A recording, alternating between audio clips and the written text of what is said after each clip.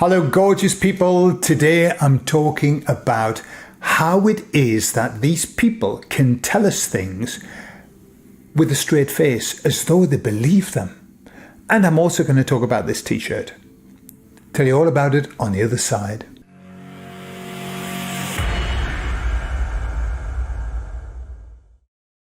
So let me tell you about this t-shirt. Present from Vicki Cook. Hello, Vicki. Isn't it beautiful? Vicki sent it. She made 2 attempts to send me out t-shirts. The first lot got lost, stolen, and these ones arrived. So I've got 2, grey one and this one. These are Vicki's very happy. If you fancy a Peaceful Rebellion t-shirt, I'll put her email in the video comments and you contact Vicki and she'll tell you all about it, okay? I'm also asking her whether she fancies doing an Up and to the Left t-shirt as well, because somebody suggested that. Anyway, we'll start with Peaceful Rebellion. Looking good. So let me tell you about these thoughts that I've been having. Not dirty thoughts or anything like that. These thoughts that I've been having. So I'm going to put this back in the middle, okay, just so that it's probably balanced. So I was watching Trudeau in the Canadian Parliament and the other guy.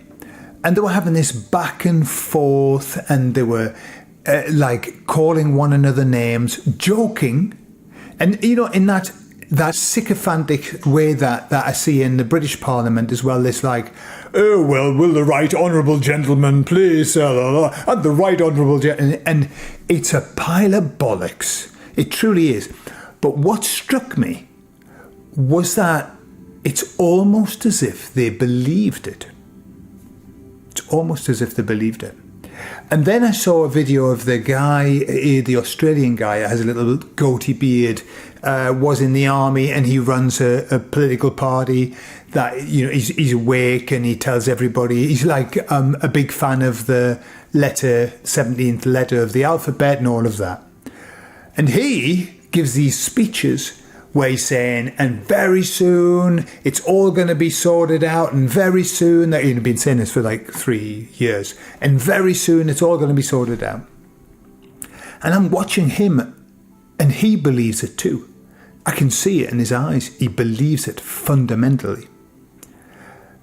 And I was just kind of thrown by this. And, you know, lots of truthers who tell you things, they believe it. They're not telling you because they're just making it up. They truly believe it. Just as the baddies truly believe it. Just as the sleeping people truly believe that we are nutters. So what's going on? How is it all that all these people are truly believing this stuff that has no basis in truth? Well, I was asking the emissaries about that. And the first thing they did was they said, look, lots of it is what we call bread and circuses. There's a lot that is happening that is truly meaningless. It's meaningless. It's just a distraction. It's just to keep the people busy whilst other stuff happens. Okay? So there's a lot of distraction going on. However, apart from that, there's something much bigger going on. And it comes from what we call cognitive dissonance. And I learned something the other day about cognitive dissonance. And it was a very, very old study. And I don't know if you've seen the study where they get people, a big set of like young, early 20s people to do this kind of test. And it's the most dry, boring test that you could possibly imagine. And they're all bored off the tits, as the expression goes. But at the end, the guy says to them, I want to ask you a favour. We would like you to talk to the next group that comes in and tell them that the test is really interesting. Now, this is a lie. They know it. It's a total and utter lie. And the guy says to half of the group, we'll pay you $20 if you tell the people that it's interesting. Right? And then he says to the other half of the group, we'll pay you $1 to tell the people that it's interesting. So, this is the scenario. Now, way back then, I would imagine $20 was probably worth $100 or $200. But $1, not worth a lot. And both groups were asked if they would effectively lie. So what happened was this, and this is what I learned, this is what I didn't understand about cognitive dissonance. The group that got the 20, they perceived the 20 as a decent amount of payment for them to lie. Okay? And so they lied. They lied, knowing full well that they were being paid to lie and that they were being rewarded for these lies. When you listen to them talk to the group, the new group, they are saying it's interesting, but they're not convincing. They're not convincing. They're like, well, I found it more or less, but I'm sure you'll find it interesting. So they weren't very convincing. However, and this is what shocked me, when you listen to the $1 group, they are absolutely almost in that holy ecstatic place of, this is the best thing, this test is I found it really interesting, it's fascinating, it changed my life. And I was thinking, what the hell is going on? So the people who got $1 just were actually totally cognizant in what they were saying, totally congruent in what they were saying. What was going on? So what the outcome showed was that the people who got $1, unlike those who got 20, didn't perceive that the reward was enough for them to lie. Okay? But they knew that they already promised that they were going to lie. And so what happened was cognitive dissonance kicked in. What did it do? Cognitive dissonance, for those, we've talked about it endlessly, everybody talks about it, but it's holding two beliefs at the same time. Can't do it. We don't like it. It makes us unbalanced. It makes us ill. So the cognitive dissonance was saying, hang on a minute, we haven't been paid enough to lie properly about this, and yet we're going to do it. So the only thing that we can do is to change our belief about the test. Because we're going to do it, we have to change our belief about the test. And so the people started truly believing that the test was interesting, even though it wasn't. And they'd already experienced it, and they knew it wasn't.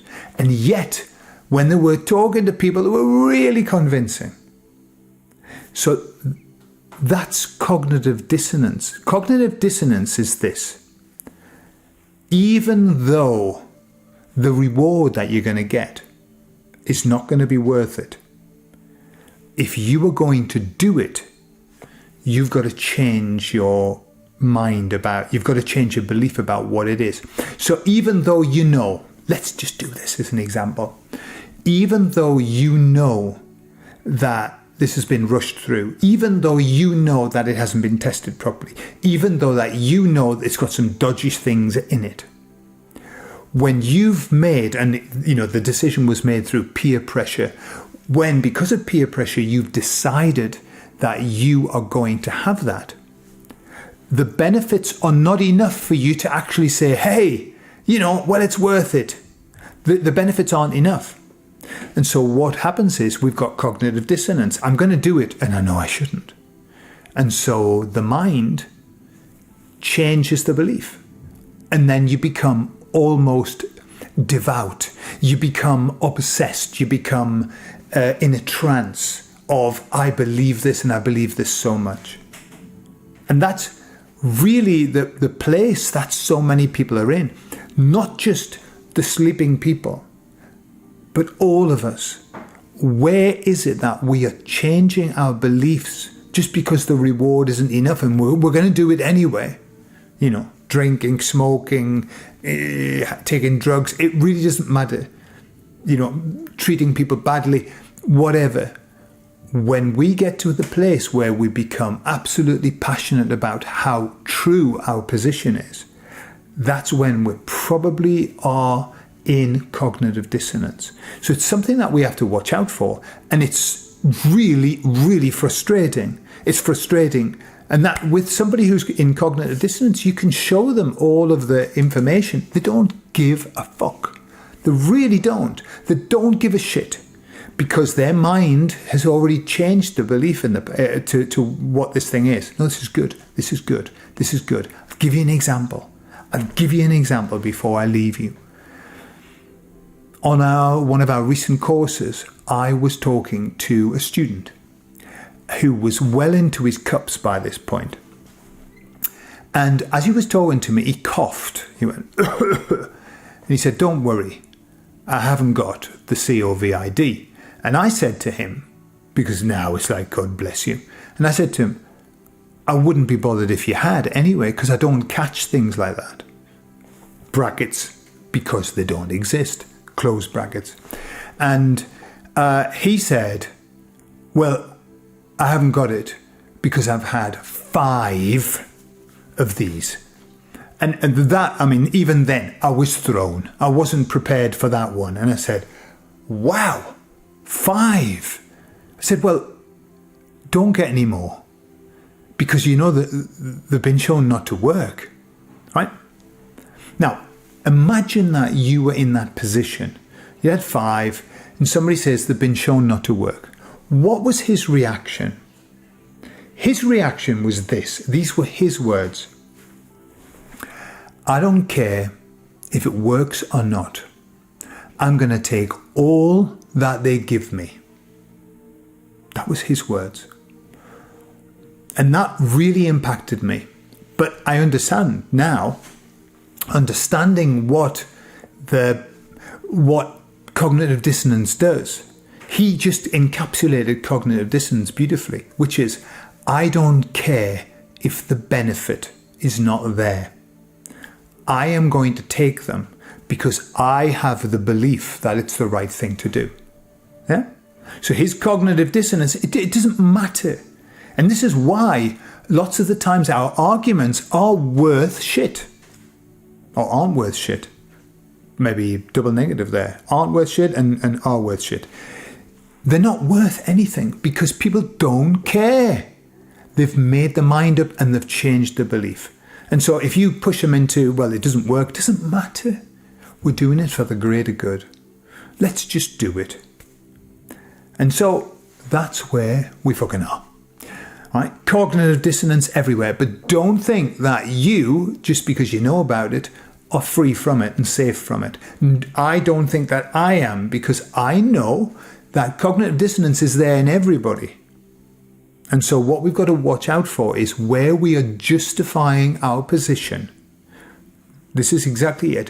Where we're justifying our position for something that isn't giving us any benefit. We're justifying doing it, and yet there's no perceived benefit. That's the one.